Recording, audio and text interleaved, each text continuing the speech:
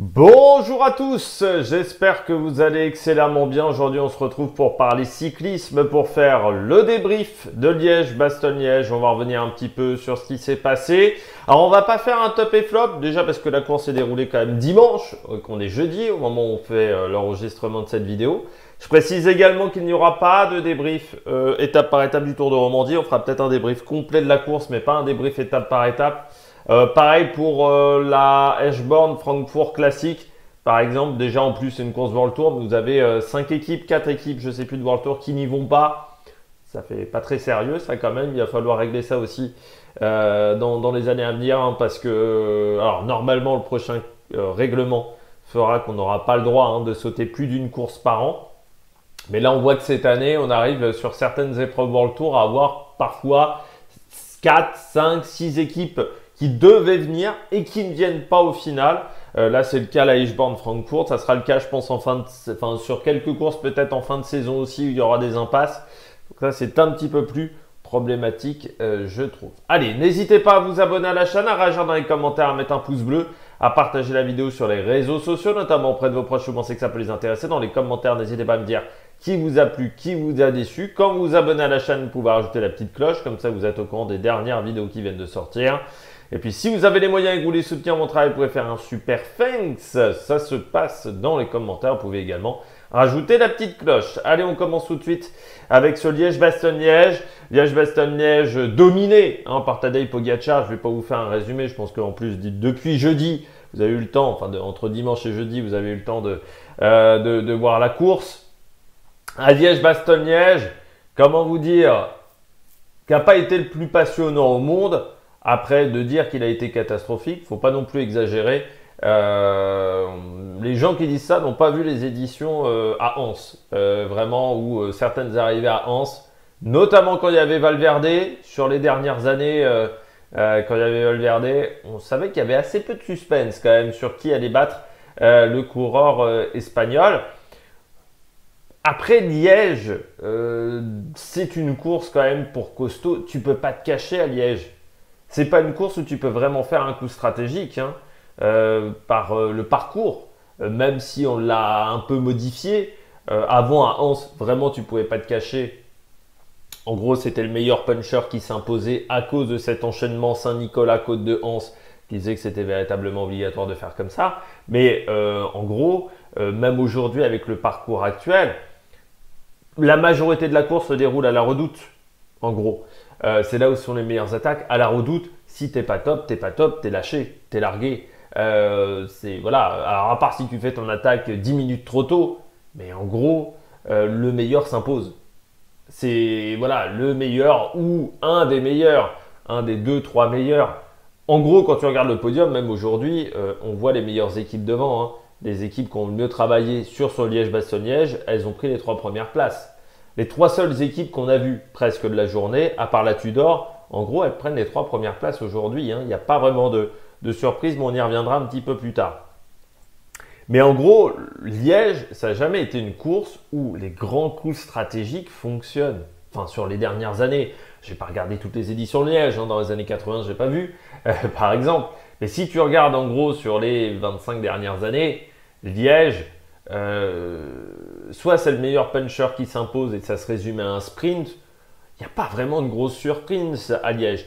Même Wout Poels, parce que Wout Poels, il a toujours eu des petites qualités de punch. Hein. Sa victoire sur le Tour de France, notamment sa dernière victoire sur le Tour de France, c'est une étape qui est assez punchy.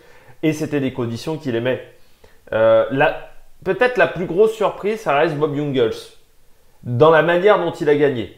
Mais ils avaient joué le surnombre avec Alaphilippe. C'est-à-dire qu'Alaphilippe était tellement favori cette année-là qu'il avait bloqué la course. Et tout le monde avait regardé Alaphilippe et avait oublié de regarder qu'il y avait Bob Jungels, qui était un mec qui avait fait quand même des bons résultats sur le Giro. Tout le monde avait oublié Bob Jungels. Bon. Voilà, Liège, c'est pas la course la plus spectaculaire de l'année. C'est comme le Tour de Lombardie. Dans les monuments, si tu veux quelque chose de spectaculaire, il faut aller sur les 3 premiers monuments, pas vraiment sur les 2 derniers. Les 2 derniers, c'est pas les courses les plus spectaculaires. Que ça soit Liège ou que ça soit le Tour de Lombardie. Bon, le Tour de Lombardie, c'est peut-être même encore pire. Mais alors, parfois sur le Tour de Lombardie, tu as des surprises parce que tu as des mecs qui finissent fort. Liège, au mois d'avril, des mecs qui finissent fort, non, on n'est pas encore sur la fin de saison. Donc, ouais, c'est pas la course la plus spectaculaire quand j'ai vu des mecs dire oui, c'est la pire course, c'est la pire édition de l'histoire. Oh, les mecs, vous avez jamais vu les arrivées à Anse. Enfin, bon, voilà, faut un peu se calmer. Oui, c'est pas l'édition la plus intéressante en termes de spectacle, en termes de suspense. Quoi qu'il y a eu un petit moment de suspense, on va dire. Après la côte de la Redoute, ça n'a pas duré bien longtemps, mais il y a eu un petit moment de suspense pendant, je dirais, 5-6 minutes. Mais oui, on est sur une course où c'est le meilleur qui s'impose à la fin. Bon. Mais de tout temps, et puis voilà, ça fait partie de l'histoire. Je dirais presque les meilleurs sur ces profils-là s'imposent à Liège. Il y a d'autres courses où tu peux faire des coups en partant de loin. Liège, par exemple, c'est quand le dernier à s'être imposé en étant parti dans l'échappée matinale. Putain, ça doit remonter des années 60, au moins. Contrairement au Tour des Flandres, par exemple, ou à d'autres épreuves. Donc on sait que bah, ça se joue aujourd'hui dans la Côte de la Redoute, avant l'enchaînement Saint-Nicolas-Anse, ce qui faisait même que moi quand j'ai commencé à regarder Liège, je vais vous donner une petite anecdote de vie.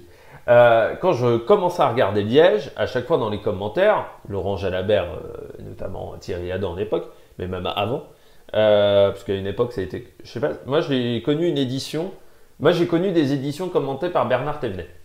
En gros, on disait à chaque fois « Ah, la Côte de la Redoute ». C'est vrai qu'avant, elle servait de détonateur et maintenant, ce n'est plus le cas.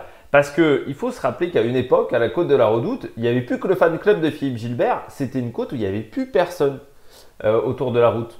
Il n'y avait plus beaucoup de spectateurs parce que tout le monde savait que ce n'était pas là où se jouait la course. À la Redoute, il ne se passait rien.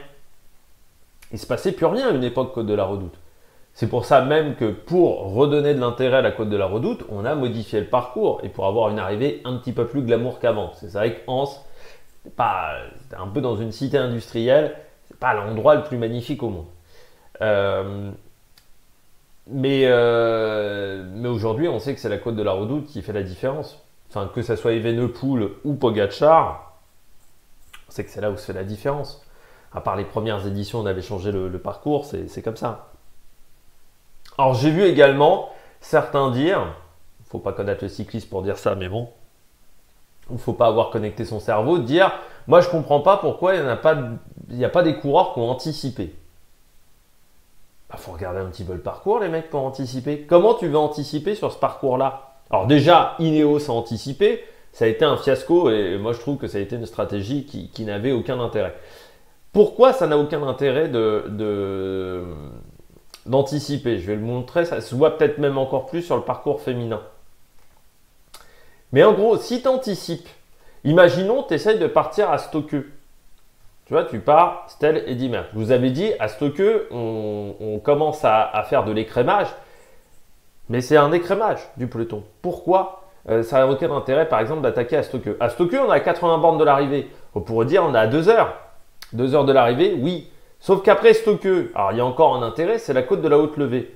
Mais entre la côte de la Haute-Levée et la côte de la Redoute, en gros, il n'y a pas grand-chose à se mettre sous la dent.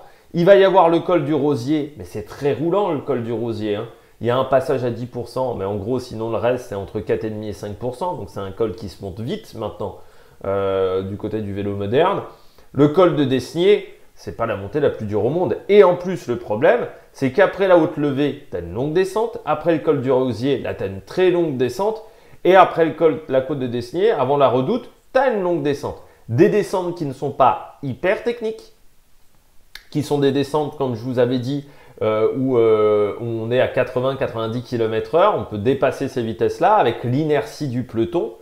Et en gros, le peloton, même si vous avez, imaginons, vous arrivez au sommet de la côte de la Haute-Levée, vous avez 1 minute d'avance. Ouais, bah en fait, vous êtes rattrapé à Desnier.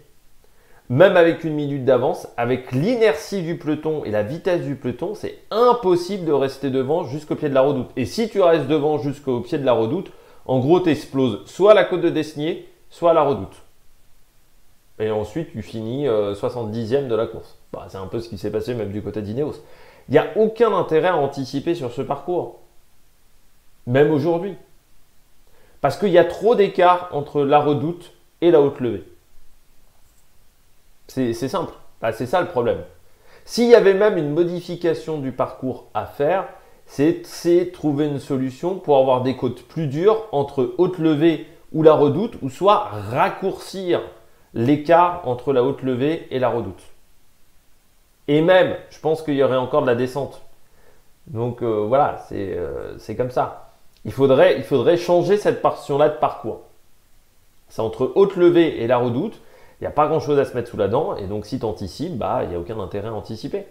Donc moi je veux bien qu'on dise oui, les coureurs ils ont peur de Pogačar, oui, ils ne travaillent pas correctement. C'est complètement faux. Sur cette course-là, c'est complètement faux. Tu ne peux pas anticiper. Dans un premier temps, ça s'est très bien entendu après l'accélération de Pogačar. C'est-à-dire que dans un premier temps, on a eu une belle entente. C'est pour ça que Pogačar, même, il reste bloqué à 10-15 secondes. Ensuite, ils se sont fait rattraper par Evenepoel qui n'a pas vraiment aidé à collaborer. On va pas se mentir. Mais en gros, je ne vois pas comment on pouvait vraiment battre Pogačar aujourd'hui sur ce parcours. Et on le savait presque avant le départ de cette semaine ardennaise que ça allait être compliqué de battre Pogačar sur Liège. On espérait une fatigue de sa part, mais on espérait en fait quelque chose. On espérait quelque chose qui n'est pas arrivé. On espérait qu'il soit fatigué, on espérait qu'il craque complètement, qu'il soit en bout de course, que le week-end de Paris-Roubaix lui engendre de la fatigue sur le reste. Mais ça n'a pas été le cas. Ça n'a pas été le cas. Là, quand j'entends des mecs critiquer les adversaires de Pogačar, je me dis putain, vous n'avez pas regardé la course. On ne peut pas critiquer là aujourd'hui un Ciccone à Benelli. Autant sur l'Amstel, Benelli, je trouve, court un peu en faisant n'importe quoi. Je trouve que même sur la Flèche Wallonne, il attaque trop tôt, à mon avis. Mais là, à la côte de la Redoute, quand il part Pogačar, il ne peut pas être suivi. Et pourquoi il est aussi fort Pogačar à ce moment-là? C'est le travail de son équipe. Le travail de son équipe, pour moi, ce qui m'a le plus impressionné, c'est l'attaque assis sur les fesses. Il arrive à le faire dans le Koppenberg, sur le Tour des Flandres. Donc sur des pavés. Donc autant veut dire la puissance qu'il a pris sur les pavés, il l'a maintenant sur ce type de course. Voilà.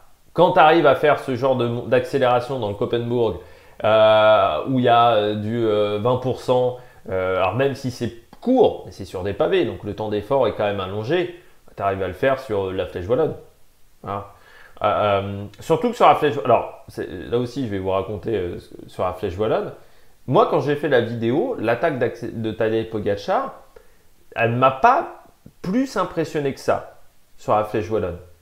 C'est quand j'ai regardé le soir, après avoir mis en ligne la vidéo, où là je vois tout le monde dire dopage, dopage, dopage, l'attaque sur le coup m'a pas impressionné parce que j'avais le souvenir et j'ai eu la confirmation parce qu'il y a un mec qui s'est amusé à montrer les différentes attaques sur les 20 dernières années du côté de 20 ou 15 dernières éditions dans le mur de Huy, de savoir où les mecs avaient attaqué. J'avais le souvenir que Philippe Gilbert avait attaqué extrêmement tôt. J'avais le souvenir qu'il avait attaqué à la sortie du virage Criquet-Lyon, ce qui était le cas. Parce que Van Aert avait fait quasiment le pied. Parce que à chaque fois, ça me fait même marrer quand Philippe Gilbert parle de ses victoires, il parle jamais d'Jelle Van Aert.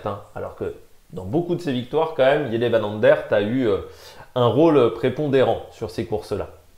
Et Van Aert avait fait un pied phénoménal de la montée et ensuite il avait accéléré quand Van Aert s'était écarté, mais il avait accéléré très tôt parce que je me souviens il avait un peu souffert dans les 100 derniers mètres Philippe Gilbert, mais cette année-là il était vraiment au-dessus du lot en 2011, mais ça m'a pas plus impressionné que ça l'accélération de... parce que aussi il y avait eu Vollering l'année d'avant chez les filles, vous savez c'est Vollering je crois qui fait le pied toute la montée seule en tête, quasiment. C'était l'année dernière ou il y a 2 ans chez les filles. Moi, ce qui m'a plus impressionné, pour tout vous dire, c'est le temps de Puck-Peters. Le temps de Puck-Peters, c'est impressionnant chez les filles et personne n'en a parlé. Ça, par contre, tout le monde a parlé de Pogačar. Personne n'a parlé du temps de Puck-Peters. sur cette montée. C'est exceptionnel, mais il y a du dopage que chez les garçons, hein, c'est bien connu. Chez les filles, il ne peut pas y avoir de dopage. Toujours extraordinaire. Et là, cette accélération, en gros, sur la côte de la Redoute de Pogačar, pour revenir à Pogačar, il fait une accélération. Mais en gros, son équipe a concassé les adversaires. Ce qui est impressionnant quand vous regardez, c'est à partir de 140 bornes de l'arrivée à la côte de la Redoute, le rythme que met la UAE. C'est pas un rythme, on est à du 45 à l'heure, mais je rappelle qu'on est déjà sur un parcours qui est quand même très difficile, et le rythme est suffisant pour pas avoir d'attaque.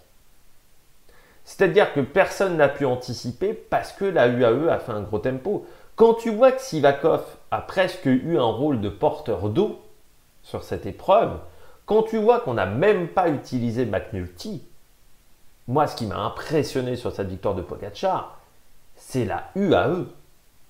Et aujourd'hui, je pense que si on voulait que Pogačar domine moins, il faudrait mettre des budgets capés dans les formations pour limiter ces super structures.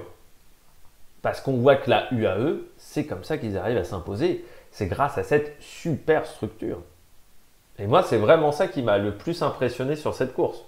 Parce que en gros, ce qu'a fait Pogačar, c'est ce qu'il a fait déjà sur le Tour des Flandres.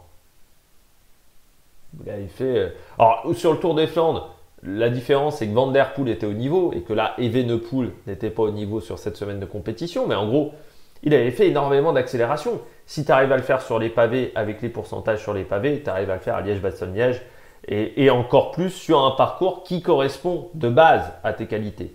Parce qu'il faut se rappeler qu'il arrive à battre Van Der Poel sur un parcours qui ne correspond pas totalement à ses qualités. Donc autant vous dire que sur un parcours comme Liège ou comme la Flèche Wallonne, qui correspondent parfaitement à ses qualités, comme le Tour de Lombardie, s'il a déjà dominé sur les courses avant, là il va être forcément au-dessus. Donc Pogačar sur la Flèche Wallonne, ça ne m'a pas choqué. Là encore, il attaque assis sur la selle. Bon, il le fait déjà sur le Tour des Flandres. Voilà. Alors oui, c'est surprenant parce qu'on n'est pas habitué à ça. Après, lui, il considère que c'est plus efficace au niveau aéro. C'est peut-être une nouvelle manière d'attaquer. Peut-être que se mettre en danseuse va plus avoir un intérêt. Peut-être que Van Aert a la bonne solution aussi de ne pas se mettre en danseuse avec son genou. Mais c'est vrai que quand on regarde, Pogačar se met assez peu en danseuse et il a peut-être développé ça grâce aux courses pavées, grâce à la puissance qu'il a pris pour Paris-Roubaix. Et il s'est dit, bah putain, c'est vrai que quand on attaque dans cette position-là, potentiellement, on est plus efficace au niveau aéro. Alors certes, on va se dire, c'est 24, 25, 26 km/h, mais comme on monte de plus en plus vite, même en montée, l'aéro commence à avoir de l'importance. Donc c'est la raison peut-être. Après, il faut avoir les qualités pour le faire, physiquement. Il faut avoir la puissance, notamment au niveau des reins, pour envoyer. Parce que tout le monde ne peut pas le faire. David Gaudu ne peut pas le faire, avec son gabarit de limace. Enfin, de limace, de crevette, comme je dis à chaque fois David Gaudu, mais il ne peut pas le faire. Pogačar l'a fait. Ça a peut-être donné des idées à un peu tout le monde. Vous vous souvenez quand Caleb Ewan a commencé à sprinter de manière très aéro, avec la tête très penchée sur l'avant? Désormais, vous regardez quand même beaucoup de sprinteurs, ils ont la technique de Caleb Ewan, parce qu'ils se sont dit, oui, pour être plus efficace au niveau aéro, c'est mieux. Par exemple, moi, j'ai toujours trouvé que Julien Alaphilippe, quand il se met en danseuse, il doit y avoir une perte d'énergie énorme. Parce que quand vous regardez Julien Alaphilippe, il bascule vachement de droite à gauche. Et ce qui fait que je trouve que la roue, elle part à droite, elle part à gauche, elle part à droite, elle part à gauche. Donc il y a de la déperdition d'énergie. Peut-être que Pogačar a trouvé une nouvelle solution. Après, il faut physiquement être en capacité de le faire. Aujourd'hui, Pogačar arrive à le faire, tout le monde n'arrive pas à le faire. Bon. Mais c'est vrai que moi, ça m'a surpris après la Flèche Wallonne, quand tout le monde a crié au loup comme ça, plus que d'habitude même. Encore plus que d'habitude, parce que d'habitude, tu les entends, mais là, c'était quasiment tout le monde. Alors que sur le Tour des Flandres, beaucoup moins de monde en avait parlé. peut-être aussi parce qu'il y avait de l'opposition, ce qui n'a pas été le cas sur cette édition de Liège et sur cette édition de la Flèche. Voilà. Donc voilà, Pogačar impressionnant sur cette édition de Liège-Bastogne-Liège. Mais c'est surtout son équipe, moi, qui m'a impressionné. Encore une fois, quand on voit le travail qu'a fait Sivakov, quand on voit Domen Novak. Domen Novak, il a été à la planche pendant quoi? 40-50 km. Le travail qu'a fait Domen Novak encore est impressionnant. Moi, Domen Novak, il m'impressionne énormément depuis 2 ans. On a beaucoup parlé de Nils Politt, mais le travail que fait Domen Novak à chaque fois qu'il y a Pogačar, c'est impressionnant. Ça me rappelle Kirienka à la Sky. C'est Kirienka qui était capable de faire des kilomètres comme ça. Domen Novak, il est impressionnant comme Kirienka. On ne parle pas beaucoup des équipiers chez UAE, hein. Mais bon, quand vous regardez quand même qu'on peut se passer de Juan Ayuso, qu'on peut se passer d'un Pablo Torres, d'un Del Toro, d'un Morgado,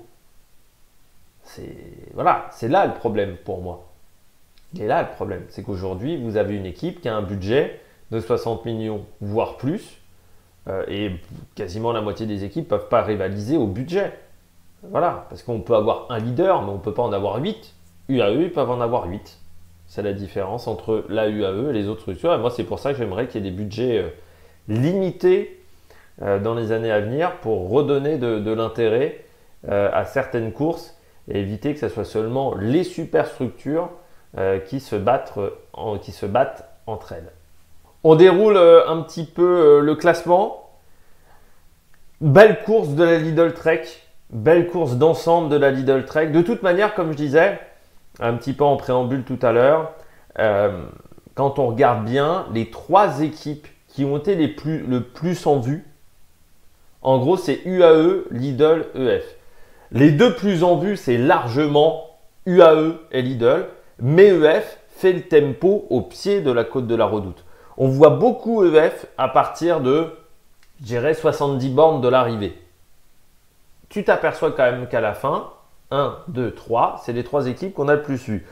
La seule équipe qu'on a énormément vue et qui au final ne fait pas un résultat, c'est la Tudor. Parce que c'est vrai qu'on a vu beaucoup le coureur allemand de cette formation, c'était Mayhofer. C'était Mayhofer. Non, c'était Brenner. Le champion d'Allemagne qu'on a énormément vu. Et qui au final, la Tudor est passée à côté de cette campagne de classique. Mais voilà, on a beaucoup vu également la Tudor aux avant-postes. Les autres équipes, on ne les a pas vues. Parce que pas en capacité de rivaliser avec la UAE, tout simplement. La Lidl, elle est récompensée du travail d'ensemble de son équipe. Même si on a quand même toujours l'impression que Thibaut Nice, il a du mal à être équipier. Hein, Thibaut Nice, c'est un peu comme d'autres coureurs, bon, je dirais Ayuso, il est leader, quoi. Il est leader, c'est-à-dire qu'à un moment, il y avait Nice, Ciccone. Je me disais, bon, bah Nice, il va bosser pour Ciccone. Non. Ou Ciccone va bosser pour Nice. Non plus. C'est là l'erreur. C'est peut-être qu'on aurait pu se rapprocher un peu. Mais bon, on n'aurait pas fini à 1,03, on aurait fini. Le groupe peloton aurait fini à 1, au lieu de finir à 1,10, il aurait fini à 50 secondes. En gros, voilà, ça n'aurait pas changé grand-chose quand tu vois. Parce que Pogačar, c'est pas vraiment dans la Redoute qui fait l'écart. C'est dans les faux plats où il a fait les écarts. Dans les 2 faux plats, à côté de la Roche au Faucon, après la Roche au Faucon et après la Redoute, c'est là où il a fait vachement d'écart. Surtout après la Redoute, là, je crois que c'est Cornemont. Qui est dans ce coin-là, où là, il a fait la différence. C'est là où il écœure ses adversaires. Hein. Pogačar, c'est sur les faux plats. Plus que dans les 3 montées finales. C'est vraiment dans le faux plat. Et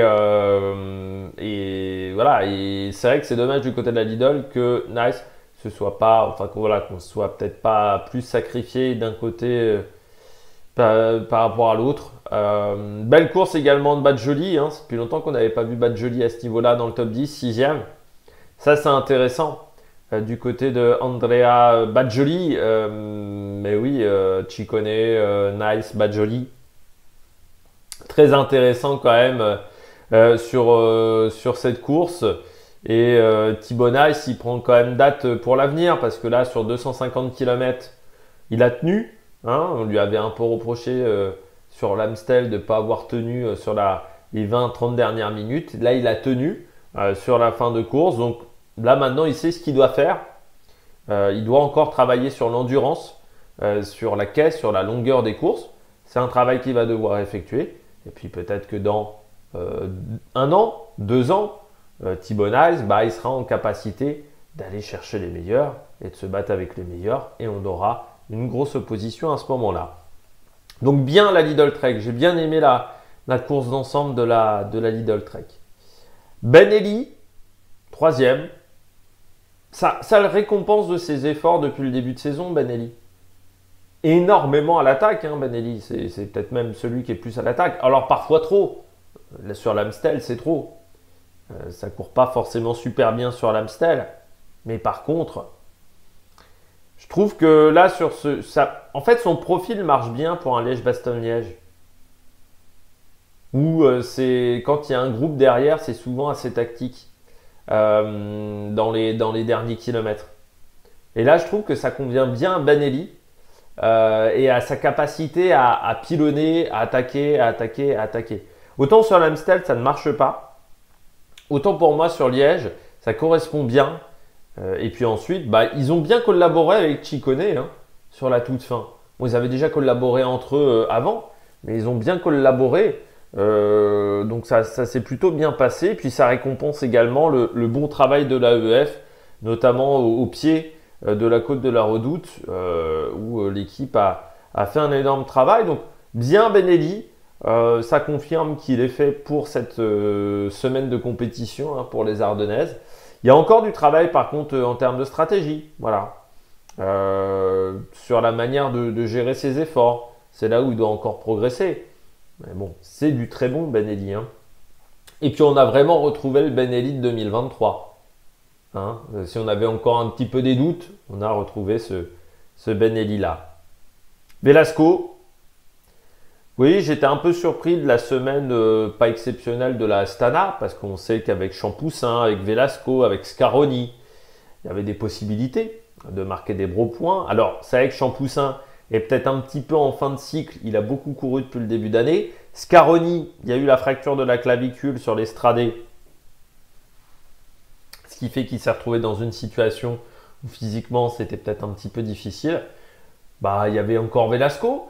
Alors moi j'avais un peu des doutes pour tout vous dire à 120 km de l'arrivée parce que je me suis dit le problème de Velasco, comme à Rambourou, comme Axel Laurence, c'est que jusqu'à maintenant on ne les avait pas vus cette semaine et je me suis dit l'enchaînement Pays Basque classique cette année a l'air d'être compliqué parce que le Tour du Pays Basque s'est fini dans des conditions climatiques difficiles. Parce que aussi le Tour du Pays Basque, il faut le dire, la liste de départ n'était pas forcément la meilleure au monde. Donc on avait peut-être on avait peut-être l'impression qu'Aramburu était exceptionnel. Alors c'est peut-être juste que la liste de départ n'était pas exceptionnelle. Et je me suis dit, oui, c'est vrai qu'on a l'impression depuis le début de la semaine que tous ceux qui ont fait Pays Basque ont un peu du mal à enchaîner avec cette épreuve-là, avec ces 3 Ardennaises. Et Velasco, il a réussi à bien finir. En passant à Rambourou aussi, fini bien la semaine, Axel Laurence aussi. Et du côté de Velasco, ça confirme les points Astana. Astana, ils sont à 800 points de pique-nique. Voilà, donc ils sont en train vraiment de réussir leur pari. Pour l'instant, ça ne s'écroule toujours pas. On est au mois de mai. J'avais dit, moi j'attends de voir à partir de maintenant ce que ça va donner. Pour l'instant, Astana ne s'écroule toujours pas. Alors certes, il faut encore chercher 800 points. Par contre, l'an prochain, ils seront invités sur les World Tour d'office. Ils auront les invitations d'office sur les World Tour du côté d'Astana parce qu'ils seront bien positionnés, ils seront dans les 2 premières places. Oui, je pense que Astana là, est en train de réussir très clairement son pari. Et ils vont devenir beaucoup plus attrayants sur le marché des transferts. Il va falloir se méfier les transferts que va réussir à faire Astana. Parce que l'an dernier, je pense que beaucoup de coureurs ne voulaient pas aller chez Astana. On sait qu'ils avaient contacté Caden Groves, ils avaient contacté pas mal de top coureurs. Mais je pense que pas mal de top coureurs ne voulaient pas aller chez Astana en se disant Le problème, c'est qu'ils sont à 5-8 points au niveau classement UCI du 18e. En gros, on est quasiment sûr que ça passera pas. Ouais, sauf que là, ils sont en train de le faire. Même moi, j'y croyais pas. Hein. Vous savez, en début de saison, j'y croyais pas. Mais là, il s'avère qu'il n'y a plus que 800 points de retard, voire peut-être même moins désormais, au niveau classement UCI. Et là, tu te dis, bon, bah maintenant, 800 points, c'est pas grand-chose. Alors, il va falloir réussir à rester sur cette dynamique. Ça va être tout le travail d'Astana. Par contre, si j'étais la pique-nique post-Enel, je commencerais à m'inquiéter fortement. Bon, Arkea, ça risque d'être compliqué, mais la pique-nique face à Uno X, là aussi, Uno X qui marque beaucoup de points depuis le début de saison, ça risque d'être compliqué. Alors là encore, aujourd'hui, Oscar Only a marqué 95 points. Uno X, on n'a pas marqué tant que ça, mais quand même, il va falloir faire attention. On redescend dans le classement, donc Thibaut Nice, Badjoli. Daniel Felipe Martinez qui sauve un peu la semaine des classiques du côté de la Red Bull Bora, avec un Maxime Van Gils qui est tombé sur l'Amstel, qui est vraiment dans une situation compliquée au niveau personnel et au niveau physique. Et puis d'autres coureurs qui sur les Flandriennes, eux, n'ont pas été au niveau. C'est vrai que Red Bull a beaucoup misé dans son recrutement sur les courses d'un jour pendant l'intersaison. Ça n'a pas fonctionné. Ça n'a pas fonctionné du côté de ce recrutement. Sur les classiques flandriennes, ça a été un échec monumental. Sur les Ardennaises, c'est Daniel Felipe Martinez qui te sauve. Mais en fait, Daniel Felipe Martinez qui était déjà dans l'équipe, qui n'était pas une recrue. Un Daniel Felipe Martinez qu'il faut rappeler, un peu comme Remco Evenepoel, a repris très tard sa saison. Donc peut-être qu'il lui en manquait un peu sur les courses précédentes et qu'au fur et à mesure, lui, des jours de course, ça a été de mieux en mieux, contrairement à Remco Evenepoel. Axel Laurence, très belle 8e place, premier français du côté d'Axel Laurence. Je pense qu'il lui manque encore un peu de niveau dans les bosses. C'est voilà, parce que moi, vous savez, je le pensais plutôt flandrien que ardennais. On en avait parlé dans les commentaires ou en vidéo, j'en avais parlé. Bah là, il s'avère que sur une ardennaise, il a réussi à très bien s'en sortir. Je pense qu'il doit encore un peu progresser en bosse, mais on voit, il bat Pidcock quand même, il bat Nelson Poles, Michael Matthews. Il bat quand même pas des manches sur ce type de parcours. Par contre, là aussi, on voit que sur la dernière heure de course, ça a peut-être été un petit peu plus compliqué parce qu'au sprint, eh ben, il se fait battre par Badjoli, par Nice, par Velasco.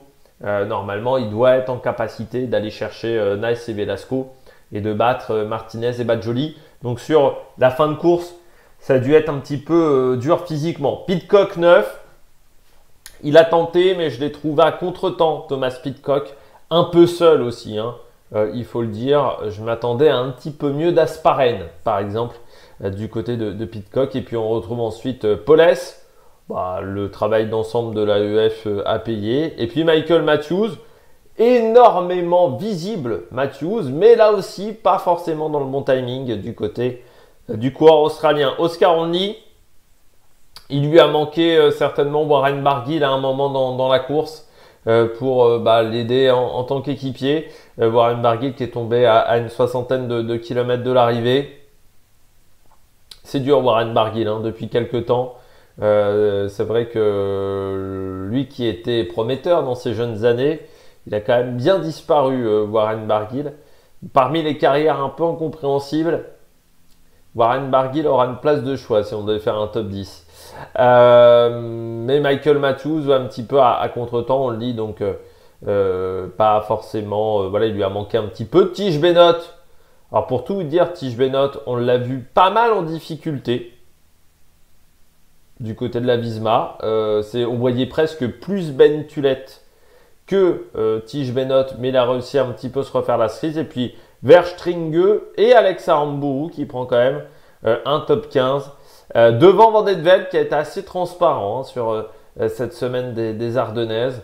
Et puis du côté des Français, Paris-Pinte 18, Grégoire 19, proche de Guillaume Martin, qui a fait pas mal de boulot, hein, Guillaume Martin, qui monte en puissance très bien et en forme. Et puis Jordan Gégat et Louis Barré, Louis Barret qui a suivi l'attaque qui était dans le groupe Alaphilippe. Puis ensuite, il a un petit peu craqué, peut-être un petit peu en sur-régime.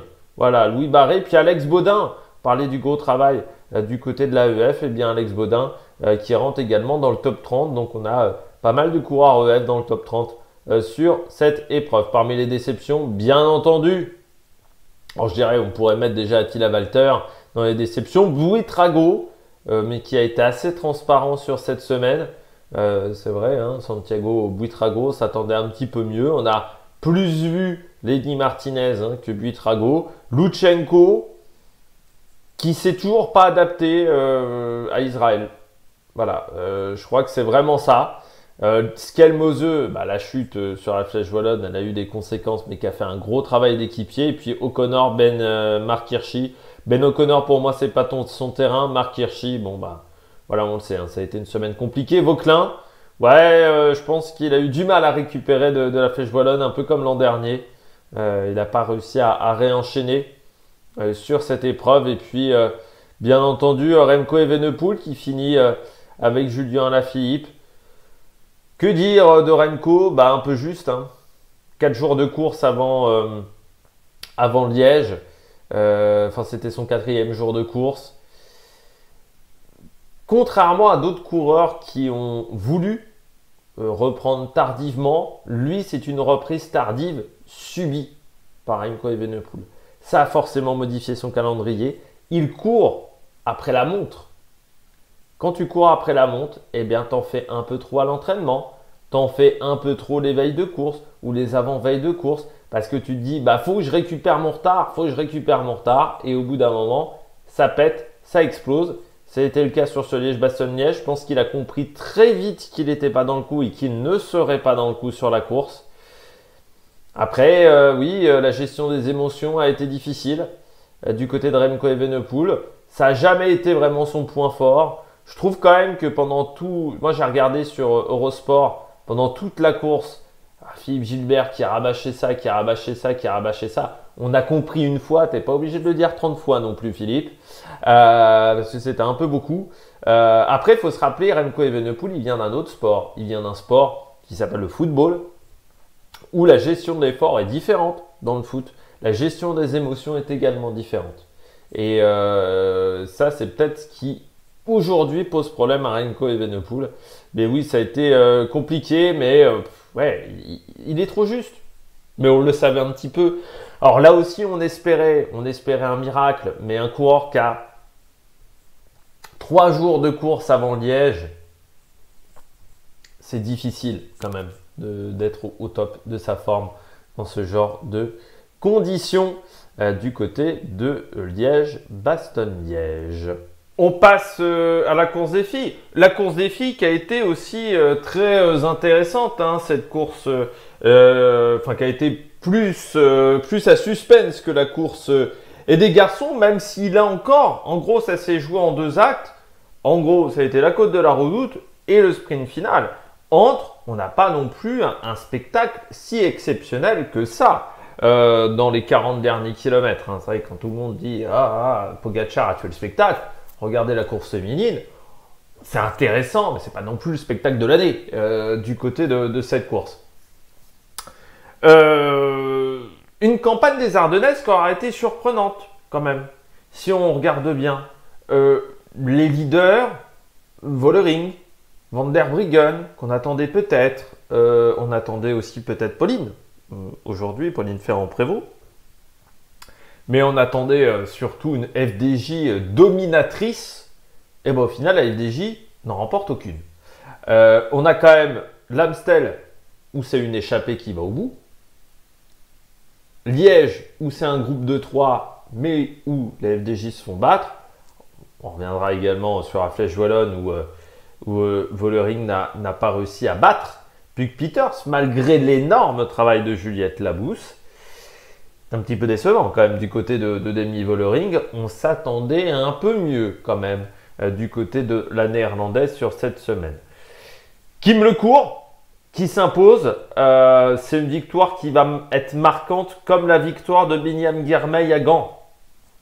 On est sur le même niveau pour moi en termes d'impact sur le cyclisme. Et là, même plus précisément, même ou si on élargit peut-être même plus, du côté du sport féminin à Madagascar, et je dirais du côté du sport féminin tout court, parce que du côté de Kim Lecourt, c'est vrai que Madagascar, sur une carte, bon, nous en France, on sait peut-être le placer un peu plus, mais dans d'autres pays d'Europe, Madagascar, on ne sait pas où ça se trouve. Hein. Et même moi, la dernière fois, j'avais confondu avec un autre pays. Je sais plus, je vous avais pas dit Madagascar, je vous avais dit l'île Maurice. Et je crois que c'est l'île Maurice et que j'ai encore confondu, parce qu'à chaque fois, je dis la même bêtise. Normalement, je l'ai dit plusieurs fois. Voilà, c'est l'île Maurice et c'est pas Madagascar. Mais pour l'île Maurice, donc c'est encore mieux pour l'île Maurice. Mais pour l'île Maurice, le cyclisme aujourd'hui, en gros, ça se résume à pas grand-chose. Hein. Chez les garçons, voilà, je regarde Yannick Lincoln. Voilà, c'est même pas un coureur qui est chez les professionnels. Hein. Et chez les filles, il n'y a pas grand monde non plus. Cette victoire, elle va être importante pour l'île Maurice. Ben, elle va être importante également pour Kim Lecourt et pour le sport féminin dans cette région. On a peu de grandes sportives féminines dans cette région-là du globe. Et ça va être important. Et pour moi, on avait beaucoup parlé de Girmay, de Gand et de l'impact que ça a eu et de l'impact que ça aura. Parce que la victoire de Girmay, elle a un impact aujourd'hui, certes, au niveau de l'Érythrée, mais elle aura un impact dans 10 ans, dans 15 ans, quand les jeunes enfants qui ont vu ça derrière leur télévision en écoutant un poste de radio, eh bien, vont se mettre au cyclisme, alors qu'ils allaient peut-être aller vers d'autres sports. Et ensuite, c'est des filières que l'on verra. Bien, j'espère qu'il se passera la même chose du côté de Kim Lecourt, que ce soit du côté des filles, mais également du côté des garçons, du côté de l'île Maurice. Mais elle a tout bien fait. Elle a tout bien fait quand on regarde sur cette épreuve-là, Kim Lecourt. Pourtant, avec une équipe qui n'est pas la plus solide. Certes, elle avait acheté Moolman, mais Gladys Verholst, je crois, était également au départ. Mais ce n'est pas l'équipe la plus solide, l'Age Insurance, très clairement dans cet exercice-là. Mais la manière dont elle a couru, regardez les 20 derniers kilomètres de Kim Lecourt. Voilà. C'est quand même fou. Moi, je me suis dit, à 10 bornes de l'arrivée, elle passe pas un relais et on lui demande quasiment rien. Et là, je crois qu'il y a eu une vraie erreur de la part de Vollering, de la part de Peters. Chacune d'entre elles se sont concentrées sur Vollering, sur Peters. Elles se sont aussi beaucoup concentrées sur Carbaol, qui pourtant avait fait quand même beaucoup d'efforts auparavant. Elles ont complètement oublié Kim Lecourt. Alors que moi, je l'avais mis parmi mes favorites, ou parmi les filles à suivre, j'avais dit Kim Lecourt, parce qu'il fallait s'en méfier. Ses dernières sorties étaient intéressantes du côté de la concurrente de l'île Maurice, parce qu'à chaque fois je dis Madagascar alors que c'est l'île Maurice. Mais on savait qu'elle a un talent fou, et on sait que voilà, elle est tout le temps aux avant-postes ces derniers temps, et que c'est un parcours, ces Ardennaises, ça convient à ses qualités beaucoup plus qu'un Tour des Flandres. Et là, elle l'a montré, et puis avec sa pointe de vitesse, dans le final, elle a fait la différence. Ça s'est fait aussi un petit peu sur la fraîcheur. Et sur la fraîcheur, elle avait fait moins d'efforts que Peters, que Vollering, que Carbaol. Voilà. Mais Kim Lecourt, elle a tout bien fait. Quand vous regardez les 20 derniers kilomètres, elle fait tout correctement.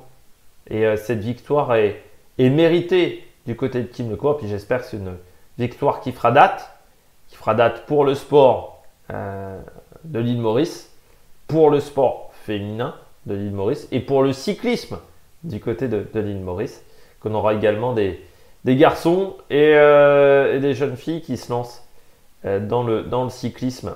Et je suis déçu parce qu'on n'a pas eu Jackie Durand au commentaire. Mais je pense qu'il devait être très content derrière sa télévision, parce qu'on sait qu'il supporte énormément Kim Lecourt depuis des années. Deuxième, Puk Peters. Très bonne campagne de classique pour Puk Peters. Elle a été aux avant-postes à chaque fois, et notamment sur la Flèche Wallonne qu'elle a remporté avec un temps encore une fois assez exceptionnel. C'était le 17e temps chez les hommes, le temps de Puk Peters. Voilà. C'est-à-dire que si on prend le temps, je pense, des 3-4 premières chez les filles, elles sont dans le top 30 des garçons. Pourtant, avec des conditions climatiques qui ont été difficiles. Ça n'avait pas tant séché que ça du côté du mur de Huy. Alors certes, il y avait 60 bornes en moins, mais quand même, le temps est sacrément rapide de la part de Pete Peters. Là, comme je le dis souvent, c'est pas forcément facile d'être favori à Liège. Parce que déjà, quand tu es favori à Liège, c'est souvent que tu as gagné la Flèche Wallonne. Il faut récupérer de la Flèche Wallonne. L'enchaînement entre les deux courses, il y a 3 jours. Hein. Donc c'est pas toujours évident. Surtout que cette année, la Flèche Wallonne, en termes de conditions climatiques, a été difficile. Alors l'avantage, c'est que chez les filles, souvent on fait les 3 Ardennaises, alors que chez les garçons, on sait que sur Liège, vous avez les concurrents qui étaient sur le Tour des Alpes, qui se retrouvent également sur Liège-Bastogne-Liège, hein, notamment Romain Bardet l'a fait cette année. Et l'avait fait l'an dernier aussi. Et du côté de Pete Peters, il lui manque pas grand-chose pour battre Kim Lecourt. Je pense très clairement, Pete Peters, le fait de ne pas avoir fait rouler Lecourt, ça a été l'erreur. Voilà, ça a été l'erreur. Si elle demande des relais à Kim Lecourt, peut-être qu'au sprint, elle bat Kim Lecourt. Mais elles n'ont pas demandé de relais à Kim Lecourt, ce qui, je trouve, est assez incroyable. Il y a eu une erreur dans le marquage du côté de Pete Peters, parce que pour moi, elle s'est énormément concentrée sur Vollering, alors qu'elle avait battu Vollering en haut du mur de Huy.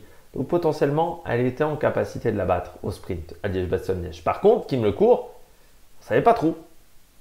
Et encore plus quand tu ne la fais pas rouler. Et là, ça a été l'erreur. Et c'est fou, en plus, j'ai oublié d'en parler du côté de Kim Lecourt, c'est que Kim Lecourt, elle est en difficulté dans la côte de la Redoute, mais contrairement chez les garçons, où après la Redoute, ça a roulé très fort, chez les filles, ça a beaucoup temporisé quand même. Ça lui a permis de revenir dans le match. Et tout simplement, du côté de Kim Lecourt. Voilà, donc Pete Peters, c'est dommage. Vollering, pas de la grande Vollering sur cette semaine. C'est pas la meilleure Vollering qu'on ait eue. On l'a vu à un moment, Elie Chabet accélère, elle lui dit « Oh, mollo, mollo, parce que voilà, hein, ça va un peu trop vite pour moi. » Je crois qu'elle n'était pas si bien que ça, Demi Vollering, en termes de forme. Et puis après, je pense qu'au sprint, elle a perdu certaines de ses qualités en progressant en montagne. Et Demi Vollering, elle a plus les qualités de sprint qu'elle avait il y a 4 ou 5 ans, quand elle est arrivée sur le circuit, où en gros Vollering, c'était comme Kopecky, c'était des filles qui avaient des très grosses pointes de vitesse, qui passaient bien les bosses, mais qui avaient des bonnes pointes de vitesse. Vollering, c'était un peu Michael Matthews. Aujourd'hui, Vollering, elle a plus un profil montagne, et je pense qu'elle a perdu en pointe de vitesse, mais en gros, le souci de Vollering, elle n'a pas réussi à faire la différence. Et j'ai envie de dire, ça fait quand même 3 fois, je crois, sur cette arrivée à Liège, où elle est battue. L'an dernier, elle est battue par Grace Brown. Ensuite, elle est battue par Peters sur le Tour de France. Là, battue par Peters et Kim Lecourt. Pas une arrivée qui lui réussit désormais. C'est fou parce que, je rappelle, c'est là où on l'a découvert un peu Demi Vollering. C'est sûr, Liège-Bastogne-Liège, mais désormais, elle est un petit peu en difficulté sur ce type de parcours. Carbaol, 4. Elle nous a fait une Benelli, Carbaol. Très généreuse dans l'effort. Je pense vraiment qu'elle s'était rassurée sur la Flèche Wallonne. J'avais dit, hein, son début de saison, pas exceptionnel. Changement d'équipe. Je rappelle qu'elle fait partie des concurrents et des concurrentes qui ont cassé leur contrat pour changer de formation. On le voit, c'est pas toujours facile. Demandez à Maximum Gibbs, demandez à Kana Utebrooks. Mais du côté de Carbaol, elle avait besoin de se rassurer du côté de la Flèche Wallonne. Elle s'est rassurée. Ensuite, elle fait le spectacle, côte de la Redoute, là encore, du côté de Carbaol. Très forte, très costaud. Peut-être un peu trop généreuse dans l'effort. Elle nous a fait un petit peu une Benelli. Après, elle est désormais la meilleure française à l'arrivée d'un Liège-Bastogne-Liège. Voilà, il en a manqué un petit peu dans le final. du côté de Carbaol. Au sprint, surtout, il y en a manqué. Mais elle a tout tenté, là aussi, Carbaol. Elle a peu de choses forcément à se reprocher. Voilà, peut-être une ou deux attaques un petit peu en trop. Elle tente dans la descente, mais puis que Peters prend tout de suite sa roue. C'est vrai que je trouve qu'on s'est plus méfié de Carbaol que de Kim Lecourt. Alors je sais bien que Kim Carbaol, elle avait remporté une étape sur le Tour de France, mais là elle avait fait quand même pas mal de kilomètres à l'avant de la course, donc elle était un petit peu fatiguée. Mais on a complètement oublié Kim Lecourt. On s'est trop concentré, je pense, du côté de Peters sur Vollering et sur Carbaol. Et c'est dommage parce que Carbaol, eh bien, si on s'était un peu moins concentré sur elle, elle aurait peut-être pu faire la différence. Mais bon, voilà, physiquement, je pense qu'il en manquait dans les 10 dernières minutes. En plus, à un moment, elle prend le rond-point du mauvais côté. Elle est obligée de faire une grosse accélération. Je crois que c'était le rond-point avant la chute de Grace Brown. Je crois que c'était le rond-point qui était juste avant, dans l'entrée, dans le final, là, avant la dernière descente. Et là, elle passe du mauvais côté. Ça lui coûte un petit peu de temps, voilà, du côté de Carbaol, et ça lui coûte surtout un effort qui a peut-être été compliqué à gérer ensuite. Kopecky, 5e. C'est fou comment elle a explosé dans la Roche au Faucon. Elle a complètement explosé. Et c'est fou parce que là, je me suis dit à ce moment-là, elle explose. Elle va se retrouver 50e. Bon, voilà. Et elle explose, mais elle arrive à se refaire la cerise ensuite. Donc elle a eu vraiment un coup de bambou, un coup de moins bien. Peut-être pas assez hydratée à ce moment-là. Peut-être voilà, une erreur dans sa gestion de l'alimentation du côté de Lotte Kopecky. Mais elle a vraiment explosé pendant, je dirais, 3-4 minutes. Et ensuite, elle a réussi à retrouver de l'énergie sur la toute fin. Mais pas suffisant pour revenir devant. Voilà, du côté de Lotte Kopecky. Peut-être un peu de fatigue, très gros début de saison du côté de Kopecky. Peut-être un petit peu de mal à enchaîner derrière. Marlène Reusser, belle journée du côté de Reusser à la Movistar. Je m'attendais même à la voir performante sur l'Amstel. On l'avait assez peu vue au final sur cette première partie de saison. Marlène Reusser, elle a couru sur des courses que je n'ai pas suivies. Mais c'est vrai que je me disais, tiens, on la verrait sur l'Amstel. Elle n'a pas fait l'Amstel. Elle a fait le Tour des Flandres, qui pour moi convient moins à ses qualités que l'Amstel. Je m'attendais à la voir sur l'Amstel. Elle n'a fait que le Liège avant le Tour d'Espagne. Elle arrive en forme avant ce Tour d'Espagne, il faudra s'en méfier. Sur le Tour de Suisse également, du côté de Marlène Reusser. Mais oui, ça a été voilà, une journée intéressante pour elle. Donc on verra maintenant la suite du programme du côté de Marlène Reusser. Mais j'ai bien aimé sa journée du côté de la Suissesse. Fischer Black, elle sauve un peu les Lidl Trek. Alors qu'ils s'en sont un peu mieux sortis que sur les autres classiques. Mais quand même, elles sont passées à côté de leur campagne de classiques. Que ça soit flandrienne ou ardennaise du côté des Lidl Trek. Ça a été quand même compliqué sur ces mois et demi de compétition du côté de l'équipe américaine. Monica Trinca-Colonel, belle 8e place pour elle, petit peu une surprise. Et puis Neviadoma et Castellane qui complètent le top 10. On a même Neviadoma, Castellane, Van der Breggen, Ferrand-Prévot, Rouilakers et Niedermayer avec Alice Chabet. C'est vrai qu'entre la 9e place et la 15e, même la 16e avec Evita Music, on a quand même du beau monde là aussi. Et on a un top 20 qui est très dense en termes de niveau parce qu'on rajoute à ça Sprat, Magnaldi, Labousse également. Quand on regarde le top 20, il y a assez peu de surprises. Voilà du côté de ce classement. Pauline, très clairement, on a senti qu'il en manquait un petit peu de fatigue pour la Française. Van der Breggen, elle a fait beaucoup de boulot pour Lotte Kopecky.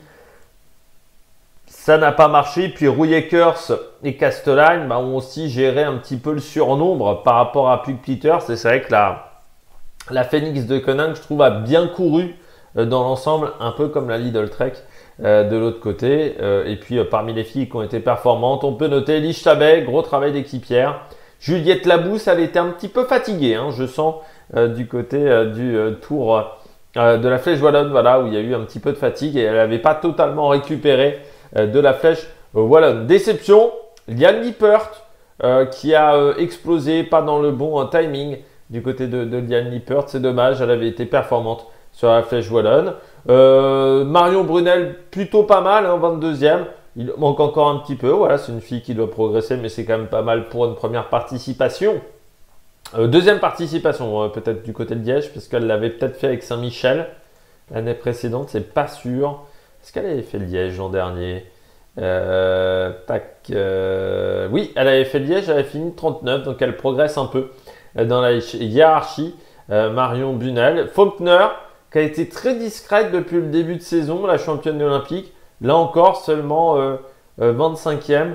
On aurait pu s'attendre à un petit peu mieux. Cécile Le Truc-Ludwig, également pas exceptionnel. Julie Bégaud, 42, également du côté des jeunes françaises. Maëva Skivan, qu'on a vu en échappée, 49e. Longo Borghini, alors là, elle est surprenante la saison de Longo Borghini.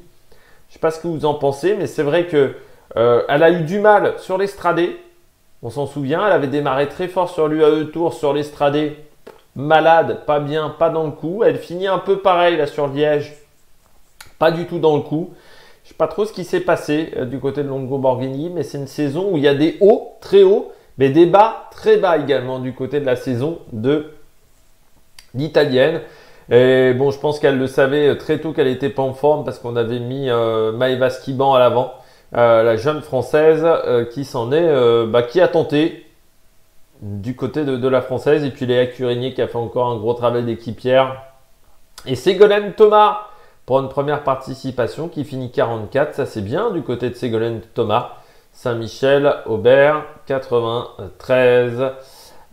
Préférence Home, j'ai oublié le Préférence Home et qu'on verra désormais au festival Elsie Jacobs avant le Grand Prix du Morbihan féminin du côté de la française. Et bien voilà, nous avons fait le tour du côté de Liège-Bastogne-Liège. J'espère que vous avez aimé cette vidéo. Donc encore une fois, on est dans des circonstances un petit peu particulières. Je ne suis pas chez moi pendant quelques temps, notamment jusque pendant même le tout début du Giro.